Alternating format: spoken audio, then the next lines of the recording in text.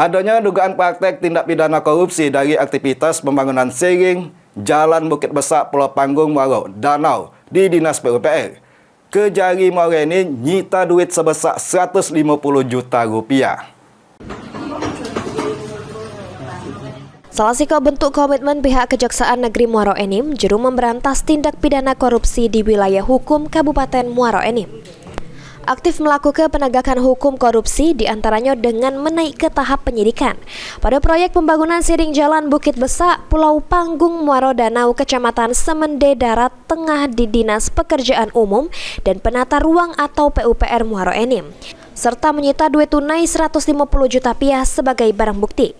Kasih Intel Kejari Muaro Enim, Anjasra Karya ngatoke, penyidik Petsus Kejari Muaro Enim sudah melakukan penyitaan duit tunai sebesar 150 juta rupiah.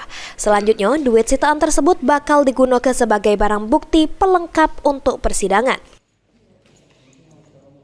Penyidik tindak pidana korupsi Kejaksaan Negeri Muaro Enim telah melakukan penyitaan terhadap barang bukti berupa uang senilai 150 juta rupiah.